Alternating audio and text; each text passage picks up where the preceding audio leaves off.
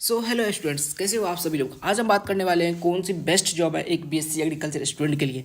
Best job के लिए बात करते हैं, आपके करियर गोल्स क्या है, आपके इंटरेस्ट क्या है और आपकी वर्क प्रेफरेंस क्या है। सबसे पहला जॉब आता है एग्रीकल्चर फील्ड ऑफिसर, जिसको हम एएफओ बोलते हैं, और ये बैंकिंग सेक्टर की जॉब है। ये किस लिए बेस्ट होता है? जिसको कंबाइन करना होता है एग्रीकल्चर को विथ बैंकिंग एंड फाइनेंस से। अगर आप एग्रीकल्चर सेक्टर में हो और आप चाहते हो कि एग्रीकल्चर सेक्टर में हम इनकम सोर्स फार्मर का डेवलप होता रहे, तो उसके लिए आप उसको लोन दे सकते हो, उसको मोटिवेट कर सकते हो कि आपको जो लोन मिला है उसको आप किस तरह से यूटिलाइज कर सकते हो। बैंकिंग और फाइनेंस को एग्रीकल्चर से जोड़ने का काम करता है एएफओ। अब ये ग्रेट क्यों है? क्योंकि डायरेक्ट इंटरेक्शन होता है फार्मर के साथ, डिसेंट सैलरी और स्टेबल करियर ग्रोथ होता है इसमें, और प्रिपेयर करना इसके लिए बहुत आसान होता है। अगर आप स्ट्रॉन्ग एग्रीकल्चर फाउंडेशन अगर आपने बीएससी अच्छे से किया है तो आपको आराम से एएफओ की जॉब मिल जाएगी। और इसका ड्रॉबैक क्या है कि ये बैंकिंग इंस्टीट्यूशन में ही होता है और फील्ड वर्क जो है इसमें इन्वॉल्व होता है, क्योंकि फार्मर से इसमें आपको इंटरेक्ट करना होता है। सेकंड आता है एडीओ के बारे में। अब एडीओ को बोलते हैं एग्रीकल्चर डेवलपमेंट ऑफिसर, और ये जो है मेनली आप समझ सकते हो स्टेट एग्रीकल्चर का जॉब है। उसके बाद बात करते हैं कि ये किसके लिए बेस्ट है, जो कि वर्क करना चाहते हैं रूरल डेवलपमेंट में और इम्प्लीमेंट करना चाहते हैं गवर्नमेंट स्कीम को। जैसे कि आपको रूरल डेवलपमेंट में मज़ा आता है, गांव का विकास करना, आप अपने गांव में एग्रीकल्चर पढ़ के आए हो और आप चाहते हो कि गांव के किसान के लिए बहुत कुछ अच्छा करना, तो उसके लिए आप एडीओ चुन सकते हो। अब ये ग्रेट क्यों है? क्योंकि क्लोजली रिलेटेड होता है फार्मर के साथ में और इम्प्रूव करते हैं एग्रीकल्चर को ग्रास रूट लेवल से। गुड सैलरी होती है और गवर्नमेंट्स के पर्क्स इसमें मिलते हैं। अपॉर्चुनिटी होती है किसके लिए? प्रमोशन के लिए। मान लो स्टेट गवर्नमेंट डिपार्टमेंट में बहुत सारे प्रमोशंस लेवल होते हैं, बहुत सारे पोस्टिंग लेवल होती है, उसमें आपका प्रमोशन हो जाता है। ड्रॉबैक होता है कि लोकेशन जो है ना रूरल एरिया में मेनली इसका पाया जाता है एडीओ का। नाबार्ड ग्रेड ए के बारे में बात करें तो ये बेस्ट होता है उसके लिए जो कि पॉलिसी बनाने में हेल्पफुल होते हैं, जिसको पॉलिसी बनाने में मज़ा आता है और रूरल डेवलपमेंट जो है नेशनल लेवल पे करना चाहते हैं। अगर आप चाहते हो कि देश के सारे गांव का विकास हो, सो आप नाबार्ड के लिए चूज कर सकते हो। अब ये ग्रेट क्यों है? क्योंकि ये प्रेस्टीज होता है working in a central government institution, ये सेंट्रल गवर्नमेंट का जॉब है, तो इसके लिए आपके लिए एक प्रेस्टीज का सवाल है।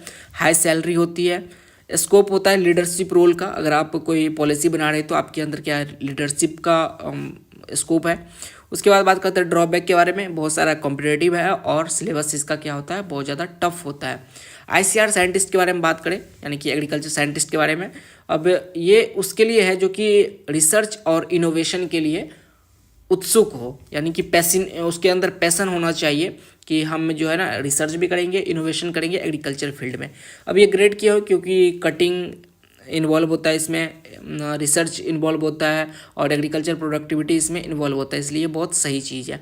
अपॉर्चुनिटी होती है हायर स्टडी की और इंटरनेशनल कोलेब्रेशंस की। बहुत सारे ऐसे साइंटिस्ट हैं हमारे कॉलेज में जो कि साइंटिस्ट होकर भी विदेश में जा रहे हैं और विदेश में कुछ ना कुछ अपना वो रिसर्च वर्क कर रहे हैं, जिससे उसका इंटरनेशनल कोलेब्रेशंस हो रहा है। सैलरी बहुत ज़्यादा हाई होती है इसमें। ड्रॉबैक यह है कि हायर क्वालिफिकेशन जैसे कि एमएससी और पीएचडी लेवल की पढ़ाई इसमें चाहिए ताकि आप सिग्निफिकेंट ग्रोथ कर सकते हो। उसके बाद आती है आईएफएस, इंडियन फॉरेस्ट सर्विस। ये उस स्टूडेंट के लिए है जो कि इंटरेस्ट होते हैं फॉरेस्ट कंजर्वेशन में, इन्वायरमेंट कंजर्वेशन में और वाइल्ड लाइफ मैनेजमेंट में। अब ये ग्रेट क्यों है, यानी कि अच्छा क्यों है? क्योंकि ये प्रेस्टिजियस होते हैं और इसका रोल आता है अंदर यूपीएससी के अंतर्गत, जिसका हाई सैलरी होता है और बहुत ज़्यादा गवर्नमेंट्स के पर्क भी मिलते हैं इसमें। अपॉर्चुनिटी होती है कंट्रीब्यूट करने के लिए एक सस्टेनेबल डेवलपमेंट में। अगर कोई फॉरेस्ट में है तो वो फॉरेस्ट को किस तरह से बेटर यूटिलाइज किया जाए, तो सो डैट की फ्यूचर जनरेशन के लिए ये बेस्ट हो, उसके लिए ये बेस्ट होगा हमारे लिए आईएफएस। और ड्रॉबैक क्या है कि ये फिर से बहुत ज़्यादा कॉम्पिटेटिव है और सिलेबस जो है जानते ही यूपीएससी का सिलेबस कितना ज़्यादा डाइवर्स है।